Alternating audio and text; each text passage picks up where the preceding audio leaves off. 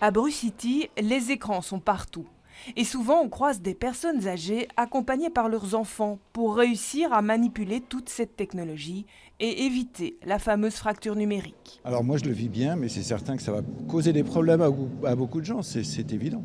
C'est évident, tous ces gens qui n'ont pas l'habitude de manipuler le numérique vont se retrouver encore, je ne dis pas à la rue, mais enfin rabaissés, c'est évident. C'est pourquoi ici le maintien des guichets est une option non négociable pour garantir aux Bruxellois l'accès à tous les services de la commune, même ceux exclusivement en ligne. Service anti-contact de la ville de Bruxelles, bonjour. Pour aider les personnes porteuses d'un handicap et leurs proches, le service Égalité des chances propose désormais un numéro vert. Vous voulez qu'on prenne un rendez-vous et qu'on fasse ça ensemble ?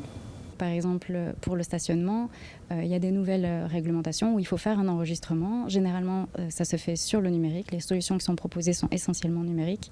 Et donc là, pour pallier à ça, il est proposé une permanence ou un accompagnement par rendez-vous pour pouvoir aider ces personnes qui sont en fracture numérique et en situation de handicap à s'enregistrer et répondre à cette problématique-là. L'administration ne passe donc pas au tout numérique. C'est inscrit dans la charte des droits numériques qui vient d'être présentée ce matin. Vraiment dans le chapitre inclusion numérique de cette charte, on veut prendre le temps de monitorer d'abord l'état de la fracture numérique, prendre le temps d'étudier les besoins des citoyens pour leur laisser la liberté de choix dans la manière dont ils veulent contacter leur administration, soit de manière complètement numérique, soit physique, soit de manière mixte, et puis de pouvoir aussi travailler avec eux constamment sur quelles sont les difficultés, les enjeux auxquels nous devons répondre comme administration pour rester inclusifs, ouverts à tous dans nos contacts avec les citoyens. Et pour monitorer les besoins, des ateliers et des rencontres avec des acteurs de terrain sont organisés régulièrement, comme c'est le cas ce matin. Je pense qu'il peut y avoir une collaboration et on est content qu'il y a un accès omnicanal, guichet, téléphone, etc.